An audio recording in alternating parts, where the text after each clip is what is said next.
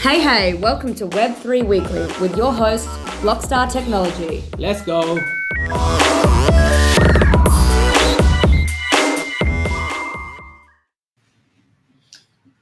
Hey guys, we're here for the Blockstars Web3 Weekly for our 26th episode. Today we're just going to have a general chat around crypto, mainly to do with market movers, exchanges, the new ordinal phenomenon that's happening on Bitcoin, AI lawyers, and a few other things. So I guess we'll get started on the market movers. Maureen, what have you seen big market movers in the crypto space? So this topic originally came about because we were discussing it amongst ourselves the other day and talking about the fact that Elon Musk put a tweet out saying that someone should make a truth ChatGPT or a truth, something like that. And then people got together and made the coin, and that coin went up by 750,000% or something Only crazy, something wild like that. And it got us talking to, who are some of the really influential people in this space that with a single tweet can move the market either up or down. And obviously Elon Musk is one. Yeah. I printed out a list of, a few that are in the industry that we're probably going to talk about. We all know Elon. He's a very controversial person, likes to shake things up. That's still true in the crypto space. I know that he's always moving SHIB and stuff and Dogecoin. Doge.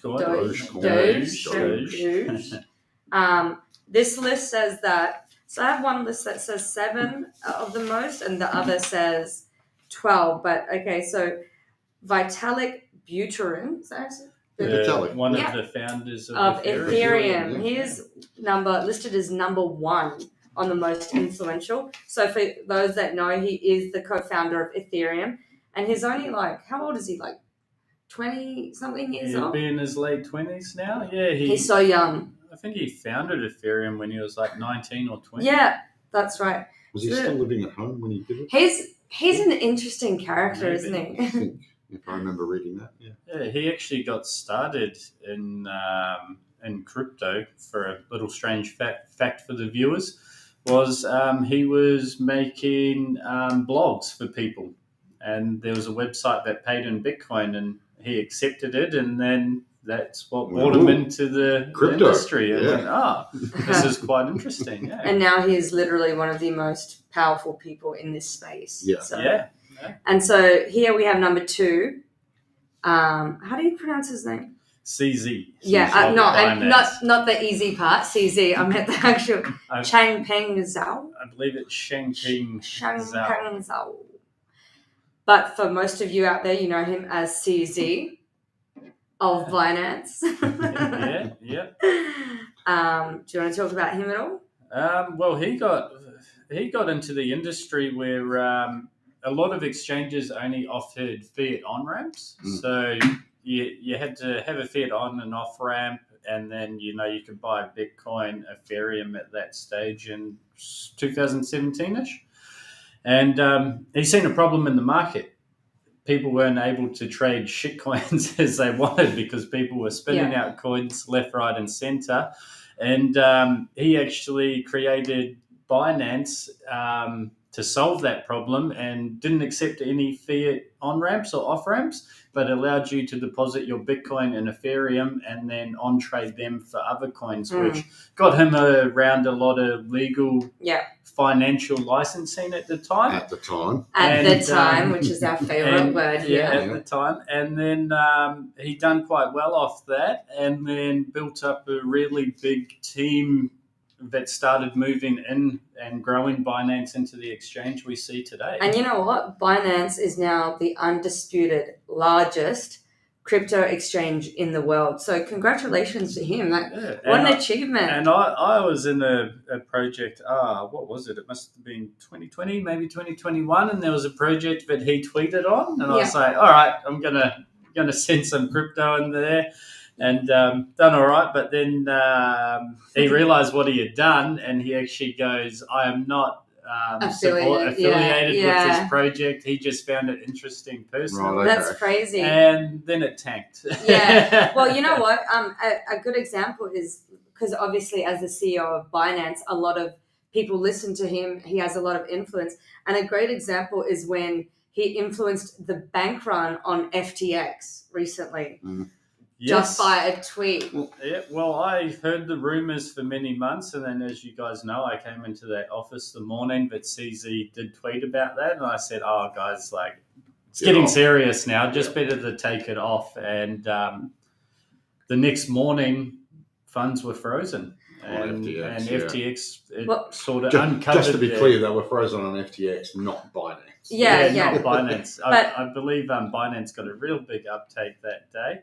And also, there was already dodgy activity going on with FTX that just sort of brought it to more people's attention and stopped it from going further and getting worse. So I know, and I'm going to ask a general question, but maybe we could cover each of the people that we're talking about as well. Sure. So we know that they're able to move the market really easily. Yeah. Whether that should or shouldn't happen, it happens. So it is what it is. I think it happens with stocks too. Like people can move. Elon and Tesla. Like when he come out saying Tesla's going to go private and the stock tanked.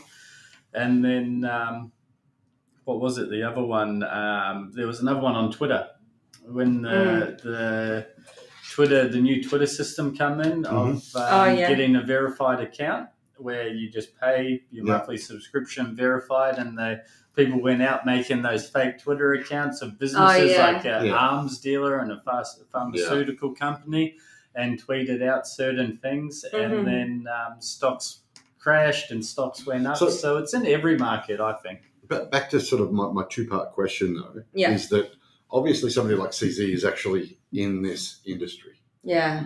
Would you consider Elon to be in this industry? I think because he is such a influential person in business and in the world in general, and because he's such a supporter of blockchain, he's been, from early days, well, not early, but you've seen his support with Bitcoin, bringing it on, bringing it off, talking about energy, and anyone that's actually talking about crypto in a positive way and buying it and implementing it, I would think so. It's not like someone sitting behind a desk that has never owns no crypto and is like, no, I get that, but my point is that you can have somebody that's actually working and in the industry ecosystem in the space the entire time, and then you can get other people. In this instance, I think that he's akin to an influencer of some description, And if the influencer told me to buy this particular handbag and I didn't, it fell apart 3 months later, well...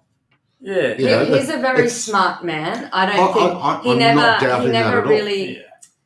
I don't think his comments are not direct enough. Like we saw Kim Kardashian, who went and put a post out but didn't say that she was getting paid by that. That is marketing and advertising. Yeah. His, I think, are a little bit different. Yeah, no, I'm not saying it's the same. What I'm trying to say is, yes, while they have that influence, it's still a case of buyer beware and do your own research. Oh, absolutely. So pay attention to who it is you're listening to. And you've got to also remember there's trading bots out there that are scraping Elon Musk tweets that will be the first movers before anyone else on a tweet that's got certain keywords in it, and they will take profits on you. They do not have emotion. No, and they're much faster than my thumbs on a phone. I can tell you right now. So, That's so cool. So I love this. It says that CZ's thread was so influential that even Sam Bankman alluded to the pivotal role that he played in revealing the FTX scam. So he must have known something that we don't know. Well, I think he didn't want the fall of the liquidity drop on the FTT tokens that him and his exchange was holding to support trading volume. And you got to remember, that's a big thing too. Depending on the market cap and the trading volume, the smaller it is, the easier it is to manipulate. Even with smaller YouTubers, I've seen it over the years of them buying a bag, telling their followers to get in, and people new to crypto think they're great and they're all experienced. It's disappointing. And they buy it, and then it's happened so much. It's even in the stock market. We've got a local one that's just been. There's rules and regulations against people doing that in stocks, and my understanding is that there's going to be actual fines coming from the SEC if YouTubers and influential people do manipulate, like knowingly manipulate the market for their gain or benefit. I think without actually telling them, they must disclose if they hold a position in that stock. That's my understanding. Yeah, and I think governments, even ASIC in Australia, are coming down on it. Which it's a two-edged sword. You could have a group or a Facebook group, and if you're saying, "Oh, this looks like a good stock," you can be done for promoting without a financial license. But I see where they're coming from. But at the same time, look at what is it? Wall Street Bets. How they managed to outsmart institutional investors. Was that that gaming thing? Yeah, GME. So and they put a lot of technical data in there to find out what was going on, and the stock itself was shorted by 120%, where these big hedge funds were pretty much destroying GameStop as a business model. Yeah. And they come in and took the other side, and they outplayed them. And that's so cool. An interesting I love conversation. that. The power of the people. I really think that is so cool. Yeah. That's a nice little victory story, isn't it? So you said well, not really, because Robinhood stopped buys and only let you sell and reverted it back, which is a story for another day in itself.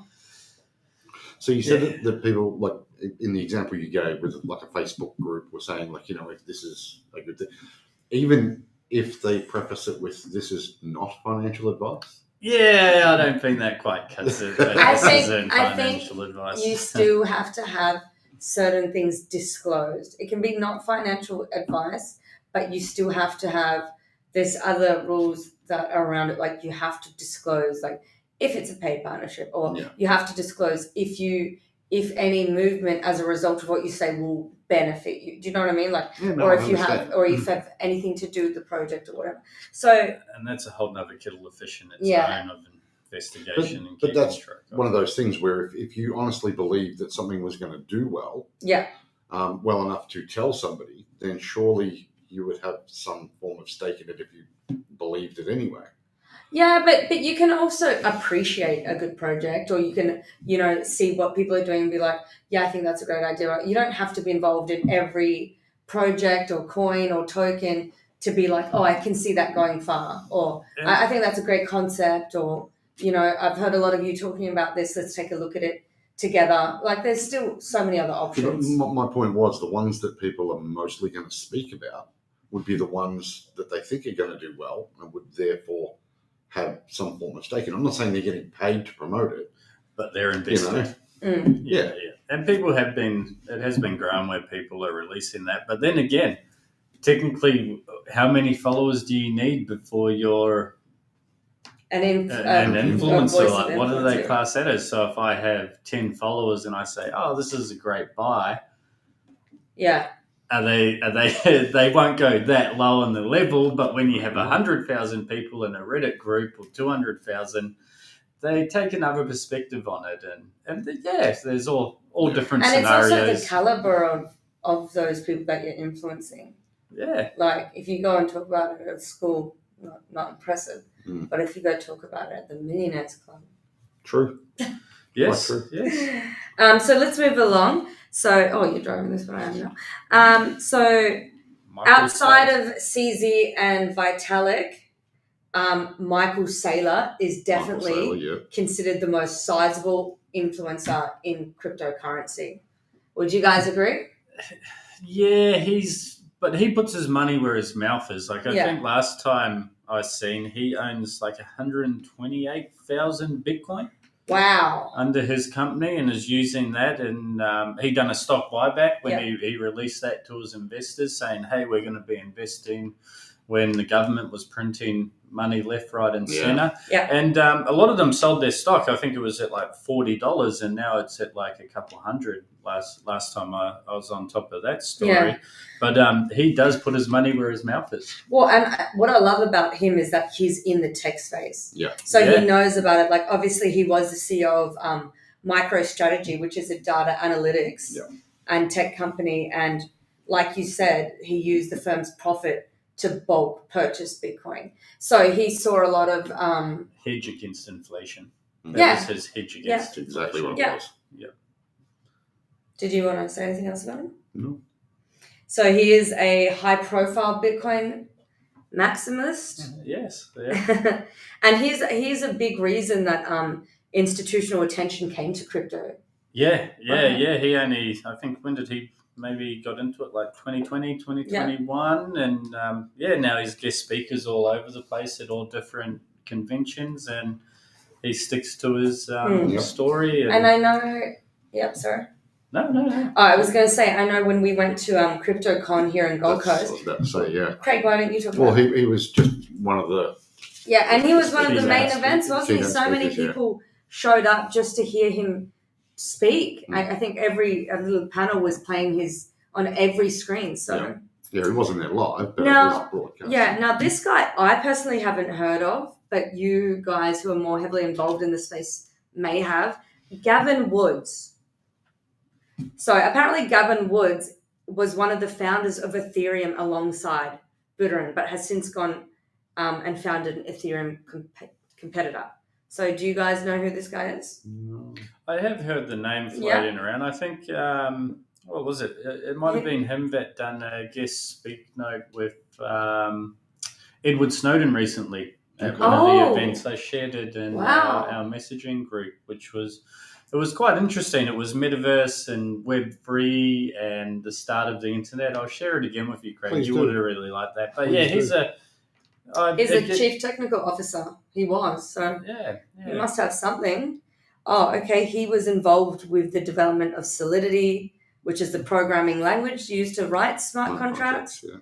And then he went on to Polkadot, a network that allows users to create blockchains. So, I don't know too much about him. I haven't heard of him, but I'm glad you guys have. The next is, we've already spoken about him, Mr. Elon Musk. And he has certainly never built, so this is to go on to your point, he's never built a Web3 product. However, has always still been extremely influential in the crypto space.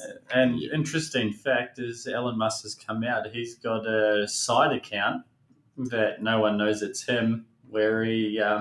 posts on crypto and interacts himself with other crypto following, and no one knows who the account is, and he's just sitting there. I think he said he's got under 10,000 followers. Is that account verified? Don't know.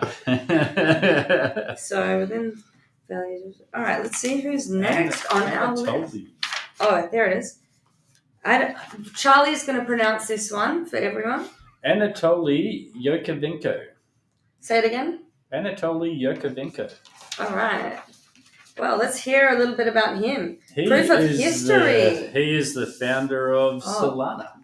Oh, so you know all about him? Yes. I know a bit about him, not a lot. I watched a podcast on him and another co-founder of Solana on Up Only TV, which was quite an interesting one after Sam Bankman had backed them and got them on. And he seems like a nice guy, pretty chilled. And they created Proof of History.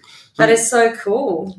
This list that you've got. Yeah. I mean, obviously, if you're deep into crypto, as is Jarvis here, you know all these players. Yeah. But how many of them are generally outspoken about any particular... Well, it's interesting because let's look at what this one is. So, I guess they've like Anatoly, Vitalik, CZ. They've built a product that's been successful, whether you debate it or not. Also, I haven't seen in there yet, but Charles Hoskins, the founder of Cardano, he was in his Ethereum co-founder as such in the early days. But generally when Vitalik comes out with something, it's to do with the Ethereum network itself. Yes. Not about the cryptocurrency. No, and he does not like NFTs. No. He said that for a while, but maybe he's coming around on them slowly as things develop. Yeah. Well, I mean, like you were saying, just to go into what you said, there are, when I did look at it before, there were a number of different lists. Some had 12, some had and some of the people in the other lists I had heard of as well, and I would probably be more inclined to have put them a bit higher. So I guess, for instance, going back to Anatoly, I remember a tweet from Sam Bankman before before it all unfolded, where he said, I think I showed you, Craig, in the office, I'll buy as much Solana as you've got, blah, blah, blah, for $3. Yeah, that's right. And, that took the run from, I think it was $4 or $5 at the time, up to 240. Yeah. So that was the power he had before ruining his name. Yeah. And that's right. See, Sam is on this other list. So I should have printed out a couple, but unfortunately. No, but Nayib Bekele, I believe it is. I don't know exactly how to pronounce that one, but he is the president of, what is it? Not Venezuela. All right. Yes, president of El Salvador. El Salvador. I knew that's what you were trying to say. El Salvador, which he's currently buying Bitcoin.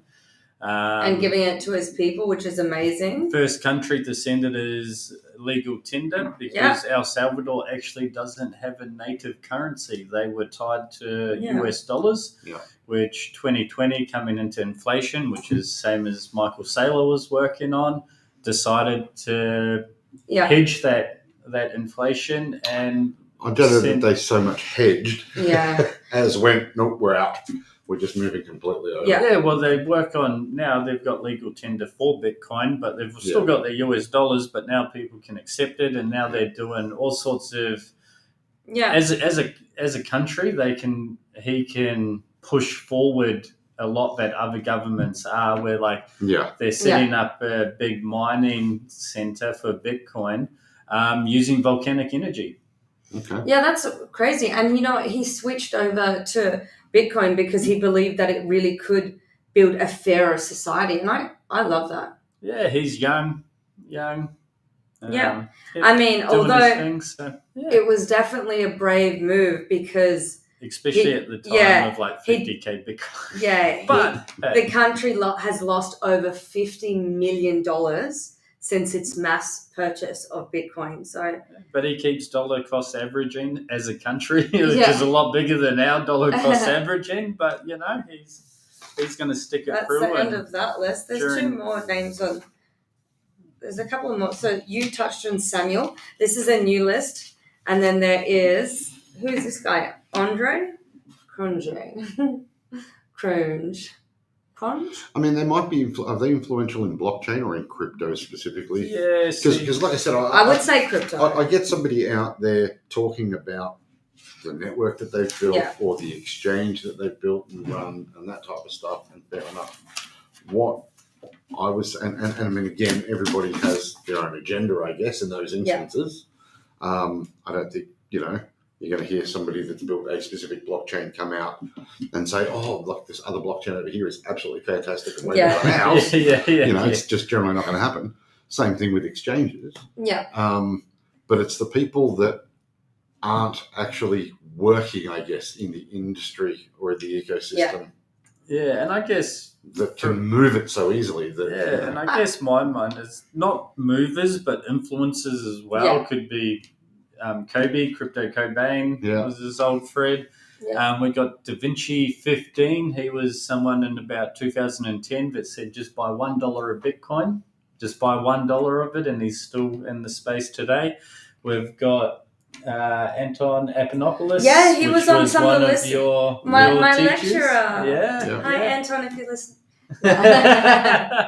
And there's a world of people out there, but I guess that list pulls into fluctuating prices and influence, and I would say Elon Musk is definitely number one in any industry. I think so. And do you know what I find really interesting now that I digress a little bit, so I'm sorry, but a lot of the people that used to work in the American like regulation sector, putting these regulations in for the government, jumped ship and worked directly for private enterprises, getting them across the line. Yeah. So Yep. sneaky. Yeah, It I wrote the happens. rules. I'll help you get around them. Yep. I know the loopholes.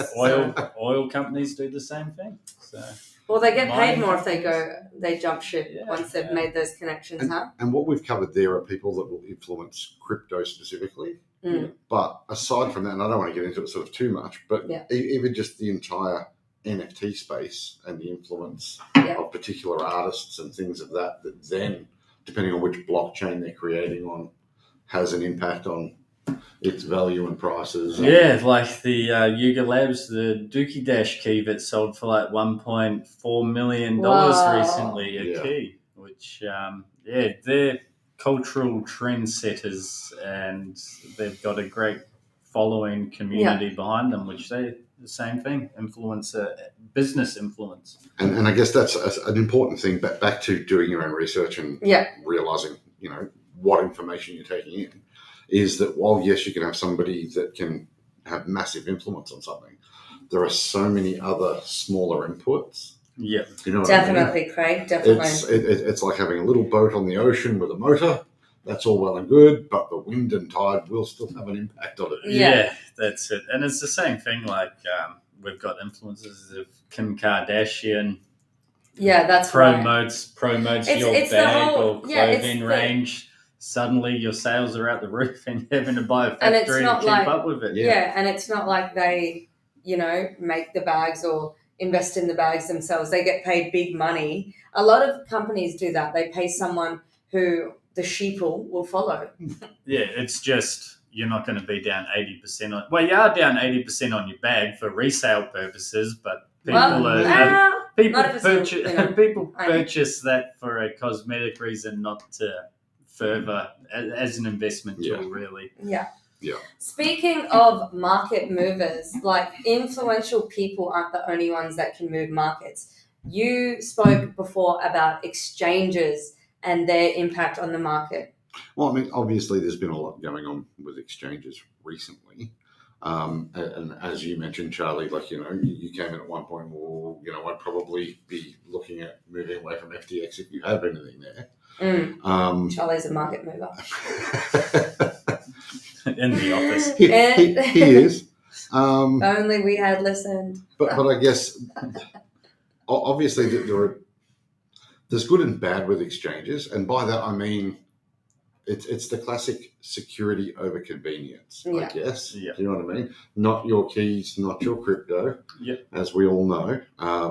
But then obviously your fiat on-ramping and things of that nature. And to tie those back into our previous one, as a coin get listed on something like Binance or Coinbase, there's an influence in itself. And it creates a whole lot more volume for that token. So if you were to buy SHIB when it was only on Uniswap before listing on 12 exchanges in one day,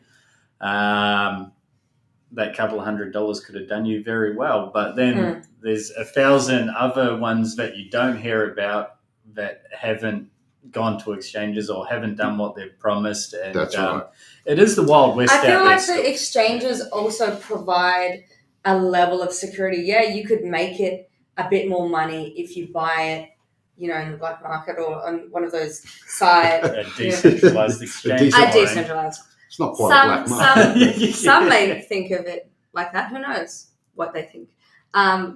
And now I've forgotten what I was saying. So security buckets. Yeah. So it gives like a certain level of protection because, to get listed on one of those bigger exchanges, they've done like a bit of research, so you've got that level of protection. But I think that's true of the token itself. But with what we've seen recently, that level of security tends to have gone out the window when it comes to the exchange. Yes. Yeah, and it depends what exchange too. Like some of the major exchanges, they do a good vetting process. Yeah. Some of them have let things slip through, which are classed as securities by the SEC. Yeah. But it's so hard because one day is, one day it isn't. Like no one really knows for sure. If we talk to Gary Gensler at the moment, everything's a security except for Bitcoin. Yeah. That's right. Which is, interesting. We'll see how that one plays out. But also on the exchanges, did you see Binance integrated AI art as well recently? Art? AI art. Text to image. I read something on this thing earlier when we were talking about the influence that CZ, aside from having opinions and ideas that move the market extraordinary, CZ has also built very influential products. Yeah. So products that have made trading easier and drastically lower technical barrier and art. Yeah, well, they've got their NFT marketplace, and now they're like, hey, people are doing it. People are creating that AI art on Midjourney, DALL-E, Image Nye, which is a new one, which has a token back it as well, and he's just adopting it. Like everyone's doing it, so he's just making it within his system. I don't know the whole procedure about that, because to be a artist on Binance, they've required not too long ago, they required where you've got to have at least $1,000 a day worth of trading volume, I believe, if I remember correctly. KYA? You got a KYC? No, KYA. Know your artist. Know your artist. Yeah. That's a new one. Yeah. Interesting. So, back to what you said about Gary Gensler. Yeah. And the NFTs and every other exchange. So, they've introduced some AI component to their stuff. I think the other thing, and I don't know if it was specifically Binance that were looking at it, but there was AI used for market makers. That they were. I don't think it was Binance, but there are others that are looking at using it. Yeah. Which will get very interesting, especially. Well, I guess it depends on what you hold and what laws, regulations, and things like that come in. Yeah. What I'm trying to get at is, if I go and create art with the AI, and then that art is deemed to be, an asset that a government decides to come after me about, can I then get the AI to defend me? Oh, like AI lawyers. You can now, which is the what was it?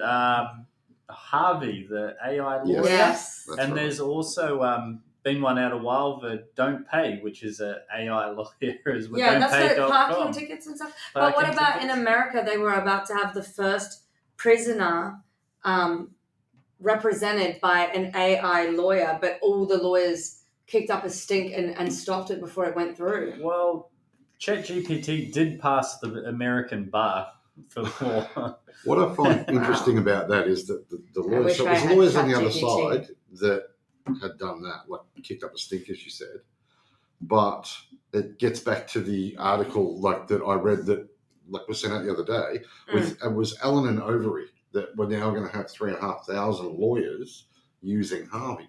Yeah. So you've got some law firms, I guess, embracing it and using it to help speed up. So what I feel like the difference is they will embrace it as a tool to help them charge people. But if for a second it's going to they took our job, take their job, it's different because one of the biggest price tags is court work. Yeah. If you need a barrister, an advocate, anything to stand in court, that's when your charges go straight through the roof. So I defend myself. Hang on, Your Honour. I've just got to type this in. But that's exactly it. Is it AI defending you, or are you defending yourself and using AI? But then they don't know any. I feel like there still needs to be human input because at this stage, a lawyer is still a legally trained professional. So you may be able to use it as a tool to guide you. But I've tried. Let me tell you, I have tried using it, and I'm like, "Oops, wrong. Oh, that was right."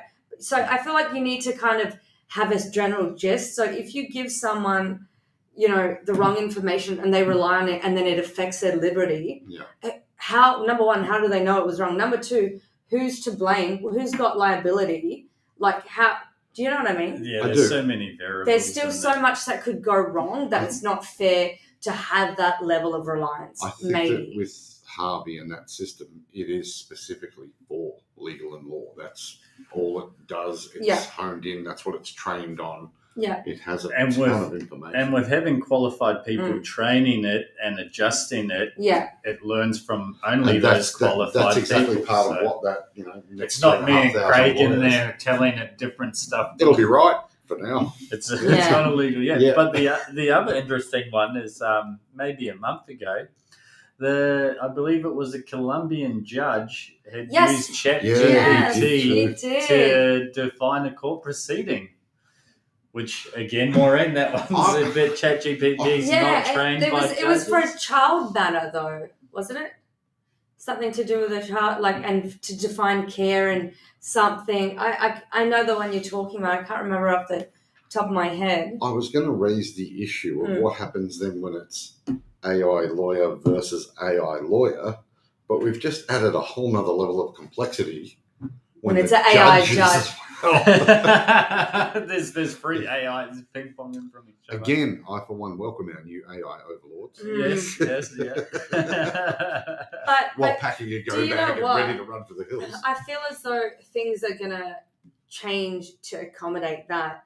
Code is so black and white that it doesn't leave really too much room for grey matter and for things to be based on the merit. You might be able to, if we treat everything as either yes or no, and there's no possibility of take this person's circumstances, law does also depend on, you can have guilty, not guilty, but then even if someone is guilty, what are some of the circumstances around this case? What are the merits? What is this person like? Will that, do you know what I mean? There's all these other mountains of considerations that you need to take into account, and it loses that human aspect, the compassion, the empathy, that all of those things that we would want to keep, I know what you mean, because I try to get the robot to tell me a joke. It does not tell me funny jokes. No. But it does not get But it gives you an answer. I think you hit the nail on the head earlier when you said that they were using it as a tool. I mean, if you would go back, I don't know how many years, just a few years, I'll say, and the first lawyer to actually use the internet to look something up, like a precedence or something of that nature, as opposed to looking in a book, how is that any different than using the AI to troll through it instead of you trolling through it on the internet? I reckon so long as it's kind of, I guess, controlled or within reason, but it really does kind of provide an unfair advantage for those law firms that are bigger and more well-funded. It's like the people that are, sole practitioners or smaller law firms, that equipment for now at least it's going to be expensive for that sort of licensing and stuff like that. Although it's worth it, the return on investment would be huge. It's only like a bigger player's game. I feel everything starts out like that. Yeah. Like things start out, you've got one of them, it does very well, and then the competition comes piling in and prices drop and they start lowering and you get that happy medium. Yeah. And you've got options. Which speaking into that one, different options, Coinbase has released their layer 2 base chain. That's an interesting move. It's another chain that got created by Coinbase. It's an Ethereum layer 2 chain. Layer 2. Whoa.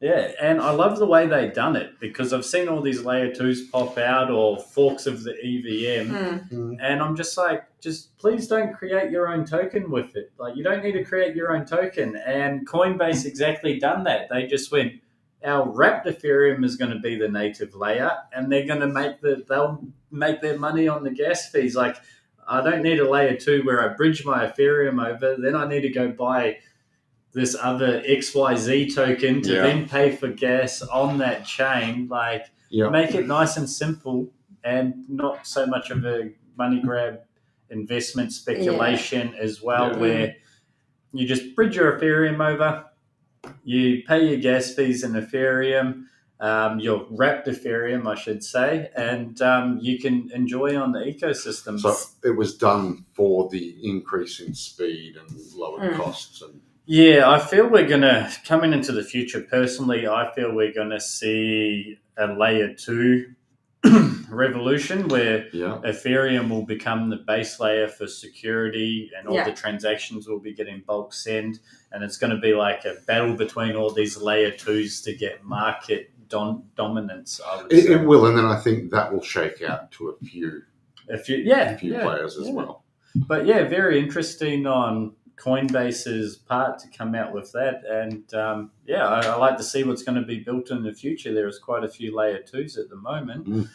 But I think we're going to have to wrap this one up, guys. But before we go, let's not forget our meetup is next week. It's come around so fast. It's already been a month since our last one. So March meetup is next week on Tuesday. Doors open at 5:30 p.m. It is at the Duke's Parlor, which is the same place it was last week. Last month. Oh, but last month. Sorry, but sorry. So if anyone, while we're just letting you know about our meetup, if you do have a question, please feel free at any time during the podcast to raise your hand or write it into the chat box. So if you have a question, feel free to ask. But to go on with the meetup, it is 5:30. The doors open. Duke's Parlor, the Island, Surfers Paradise. It's going to be so much fun. We're going to have games, pizza, drinks, networking. Yep. What else? And it's a good time, our isn't it? next big one from our last our last pitch night, which went amazing. And this one's just going to be fun games, fun activities. Come have a chat, talk to us, talk to others in the local community on the Gold Coast, and just come out to socialise, network, and have a good time. Absolutely. Yeah. Awesome. All right. So, are there any questions before we go? I don't see any questions coming in. Nathan, nothing at your end? Nothing at your end? All right. Awesome, guys. Thanks for joining tuning in and listening, and we will see you same time next week. Bye. Thanks for tuning in. We'll see you next week. Same time, same place. Subscribe.